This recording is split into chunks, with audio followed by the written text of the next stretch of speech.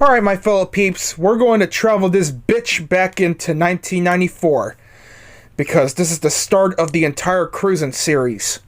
With this full motion look-alike video game, Cruis'n USA. It's an arcade racing game originally released on that year, and it was developed and published by Nintendo along with Midway games. It is the first game in the Cruis'n series and features races set in locations across the continental United States. So anyway, my fellow peeps, let's get into this fucking goodness of all racing games. Alright, Cruis'n USA is branded as the first release of the Nintendo Ultra 64 platform, or Nintendo 64 collaboration between Nintendo and Midway, when it was based on the Midway V-Unit arcade hardware, predating the Ultra 64 Killer Instinct arcade, which would have become the Nintendo 64. But sadly, the Nintendo 64 never happened until 1996. Yeah, I'm not mad at Nintendo, but shame on them for delaying the release of the Nintendo 64 with this piece of fucking shit-ass virtual console, as they call it, that is the fucking Virtual Boy. Fuck the Virtual Boy up its stupid fucking asshole! Well, let's forget about the Virtual Boy because I already ranted on that last season. But let's focus on Cruis'n USA right now. Okay, so anyways, when you insert a coin and if you push start, you have 11 options to select. And 3 of the tracks are fucking hidden. Yeah, or should I say 4. So anyways, yeah, you can pick the Redwood Forest, Chicago, US 101, LA Freeway, Appalachia, Indiana, or whatever track you choose. Or if you want to get to the main course, all you gotta do is just stay on the rectangular spot, chose Cruise the USA, and self to Washington, D.C. to spend some time in the hot tub with the president. And after that, you have automatic and manual transmission to select, and afterwards, we have 4 vehicles for you to select. The 4 vehicles featured in the game are generic vehicles based on their real-life counterparts, which consists of a 1963 Chevrolet Corvette labeled as a 1963 muscle car, a 1940 Ford V8 Deluxe labeled as La Bamba, a Hyundai HCD Epoch 2 labeled as Devastator 4, bonus cars, oh yeah, but hold on with the bonus cars, and a 1991 Ferrari Testarossa labeled as the Italia P69. It is one of my most personal favorite cars throughout the Cruis'n USA game. Yes, sirree, Bob. Alright, there's only 3 bonus cars. Consists of a 1991 Chevrolet Caprice police car, a fucking school bus, and a Jeep Wrangler labeled as an all-terrain vehicle. And I gotta say, the school bus is the slowest and clumsiest one of all throughout the whole game and throughout the rest of the Cruis'n series.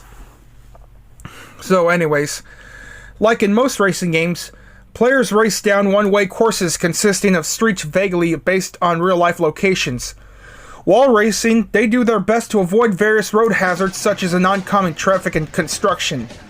Players choose between 7 different cars with either an automatic or manual translation. The environments include Golden Gate Park in San Francisco to Washington, D.C. Yeah, I have said that already. I don't understand why is that sometimes. In each race, players must reach the first place to advance the next track to win a free fucking game. But if you reached from second to last place, all you have to do is just insert another coin to play again. Well, unless that you have quarters left, and if you still have dollars left, you better exchange it to more quarters for the next 20 seconds, and if it doesn't give you any time, which is 20 seconds is up afterwards, you better push start to reset it to get more time. But, however, if you're going too slow, the game is over for your ass and you're gonna have to start the fuck all over again if you have any quarters and made it too fucking late. But yeah, there is no game over. Yeah, just like in Conan for the Nintendo that Film and Stuff reviewed years ago. Okay, so anyways, there is a time limit to reach the goal, which can be extended by driving through checkpoints. So yeah, the default limitation is... Yeah, the limitation of time is 75 seconds, and it'll give you 20 bonus seconds if you reach the fucking checkpoint. If the player does not reach before the timer reaches 0, the game ends, unless there is a continue available. Unlike most racing games, there is the option to change the music by pressing the music button. Yeah, pressing the fucking music button to change one of your favorite tracks that you want to see throughout this fucking game.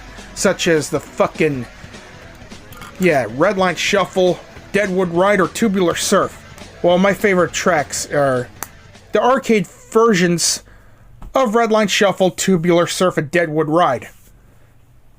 Yeah, speaking of music, hear the fucking arcade format.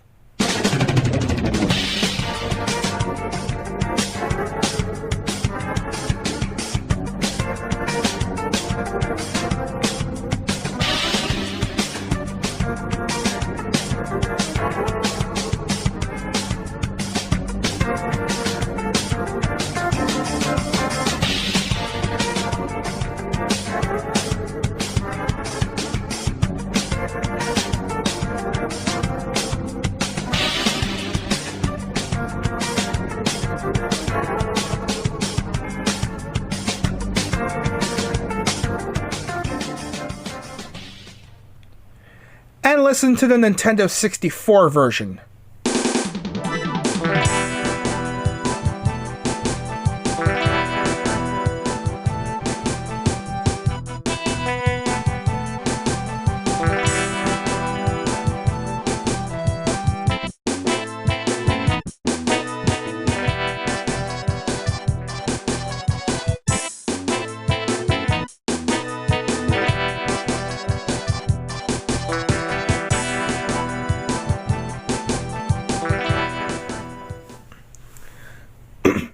I gotta say, the arcade version of the soundtrack it really kicked ass.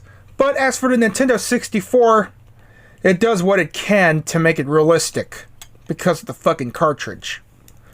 So anyways, look at the graphics of the arcade. Look how realistic it looks like. See how crystal clear it is? Yeah, you just wanted to live with that type of realistic ones. But for the Nintendo 64, yeah, it's as clear as it gets. No pun intended or frustration involved. So the arcade version was critically and commercially successful, drawing favorable comparisons to Daytona USA by Sega. The Nintendo 64 version received poor reviews, but was also commercially successful. However, my fellow peeps, there are some censorship concepts in the Nintendo 64 version of Cruis'n USA, such as running over animals, turning animals into gobs of meat. Yeah, there's a trophy woman with a bikini giving you the trophy, but for the Nintendo 64 version, it's the same woman with the same trophy, but the difference is that she's wearing a Cruis'n USA shirt, which I don't mind that much. Yeah, it doesn't bother me, so I don't know why is it that? Because it is rated E for everyone, or rather, kids to adults or shit. Yeah, kids to adults rating was turned to everyone in the middle of 1998. So, all bullshit aside, the fucking games, these two versions of the same game is so fucking classic that no one can resist. And I do not give a fuck if the Nintendo 64 is not good or whatever you say. I still love it. I still love both versions.